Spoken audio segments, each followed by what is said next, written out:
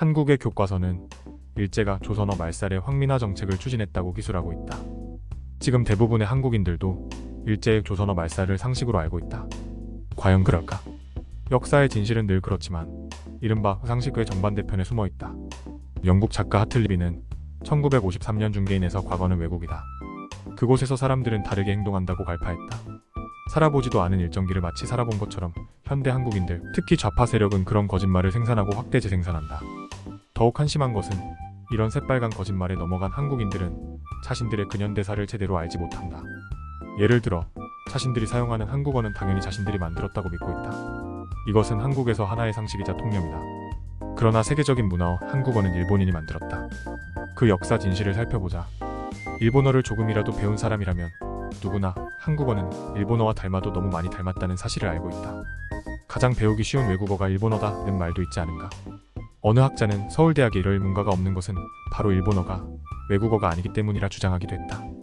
잘 알다시피 전근대 조선의 문화어는 한자였고 소수 엘리트와 독서인의 전유물이었다. 그러다가 제4대 국왕세종이 한자를 쉽게 습득하지 못하는 다수의 백성들을 위해 훈민정음을 창제했다. 하지만 중국 대륙의 압도적 문화권에 예속되어 있던 조정과 엘리트층은 한글을 아녀자들이나 쓰는 논문이라 멸시했고 공적 사용은 기피했다. 그래서 한글은 오랫동안 빛을 보지 못한 채 역사의 버림을 받아야 했다. 하지만 19세기 후반 세계적인 통찰력을 갖는 동아시아의 지적 거인 후쿠자와 유키치가 이룬 나라 조선에 관심을 갖게 되었다. 이모군란 사제사로 일본을 방문했던 김옥균과 박영효 등 개화파 청년들은 후쿠자와를 찾아 조선 근대화를 위한 가르침을 청했다. 그러자 후쿠자와는 우선 근대 신지식을 널리 백성들에게 보급해야 한다며 그러자면 신문 발행이 지름길이라 조언했다. 후쿠자와는 조선의 개혁과 근대화를 위해서는 백성들에게 알기 쉬운 언어를 보급하고 식자율을 높이는 것이 최우선이라 판단했다. 실제로 후쿠자와는 한국인들이 착각하는 그런 악한 사람이 아니라 조선의 운명에 진심으로 관심을 기울였던 휴머니즘으로 충만한 선각자였다.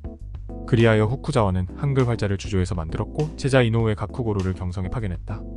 이노우의 회상기에 따르면 한글과 한자를 혼용하는 새로운 조선어 문체는 후쿠자와가 창안했다고 분명히 밝히고 있다. 후쿠자와 선생은 조선에는 언문이 있다. 이를 마치 일본어처럼 사용할 수 있기 때문에 이것만 있으면 조선도 문명개화에 행렬히 동참할 수 있다.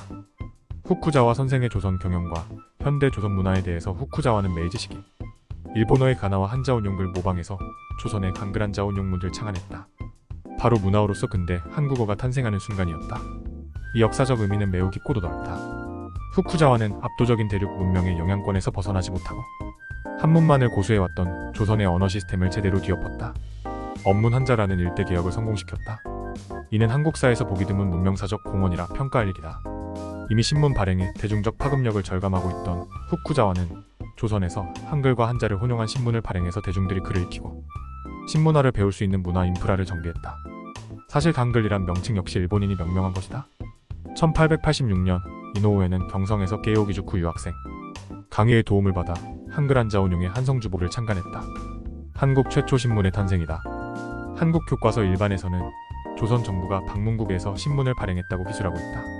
이것은 새빨간 거짓말이다. 방문국이 바로 이노우의 자택이었기 때문이다. 자신의 집에 인쇄기를 설치하고 신문을 발행했던 것이다. 그렇게 해서 새로운 언어이자 문화어가 조선 전역에 급속히 보급되면서 조선 근대화의 시동이 걸렸다.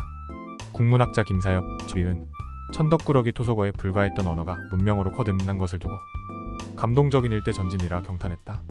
김사엽 조선문학사 후쿠자와의 신조선어 만들기는 사실 당대에도 파격적인 아이디어였다. 주위의 일본인들도 도저히 불가능한 일이라며 반대했다. 그러나 후쿠자와의 바람과 이노우의 노력으로 조선인들에게 새로운 문화어를 만들어준 의의는 아무리 강조해도 결코 지나치지 않는다. 이후 조선 총독부도 한글을 말살하는 대신에 소학교 교과서에 채용했고 대중적 보급에 힘을 기울였다. 그렇게 해서 조선어가 널리 보급되고 정착하게 되었다. 조선어 교육 및 보급에 관한 구체적 실태는 다른 칼럼에서 다룰 것이다. 언어가 민족의 상징이라면 한국 근대는 일본에 의해 잉태되고 성장했다. 일본인의 호의로 탄생한 근대 조선어를 오늘날 한국인들이 현대적인 문화어를 사용할 수 있는 것은 후쿠자와를 비롯한 소수의 일본인들 덕분이다.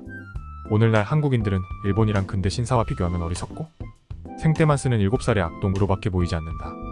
반면 춘원 이광수는 유학시절 근대 문명의 향도자 후쿠자와를 순경하던 나머지 그의 무덤을 찾아 큰 절을 올렸다.